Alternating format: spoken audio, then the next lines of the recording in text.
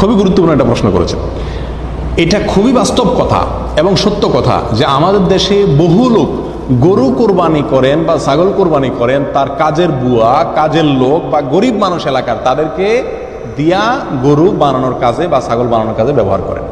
এবং ব্যবহার করার সময় যে ব্যক্তি কাজ করতেছে সেও জানে যে আমি একটু হেল্প করে দিলে, আগে জোগা দিলে আমারে গোশত দিবে। আর যিনি করাচ্ছেন তারও মাথায় আছে যে এর দিয়ে কাজ করাবো, কাজ করায় যাওয়ার সময় 2-4-5 কেজি গোশত ধরাই দিব। এটা জায়েজ নেই, এটা নিষেধ। সহিহ বুখারী হাদিসে নবী সাল্লাল্লাহু আলাইহি ওয়াসাল্লাম একেবারে স্পষ্টভাবে নিষেধ করেছেন যে কসাইকে গোশতের বা পশুর কোনো অংশ দেওয়া যাবে না বিনিময় হিসাবে। আপনি বিনিময় হিসাবে তাকে যদি কোনো টাকা দেওয়ার কথা চুক্তি করেন তাহলে সাফ করে নিতে হবে, কোনো গোশত টোস্ত কোনো কিছু পাবা না, একেবারে সাফ কথা। তুমি পাবা কি? টাকা। তো তোমার টাকাটা তুমি নিয়ে যাবা, গোশতের কোনো আশা বা কোনো কিছুর আশা তুমি করবা না, পায়া গোশত ভুড়ি কোনো কিচ্ছুর আশা তুমি করবা না, কিচ্ছু তুমি পাবা না, এটা তুমি জেনে রাখো। তাকে পরিষ্কার করে দিতে হবে। এরপরে যদি আপনি তাকে আপনার প্রতিবেশী হিসাবে বা গরিব মানুষ হিসাবে দান করেন, অন্য 10 জনকে যেভাবে দান করেন সেই হিসাবে, তাহলে এটা জায়েজ আছে।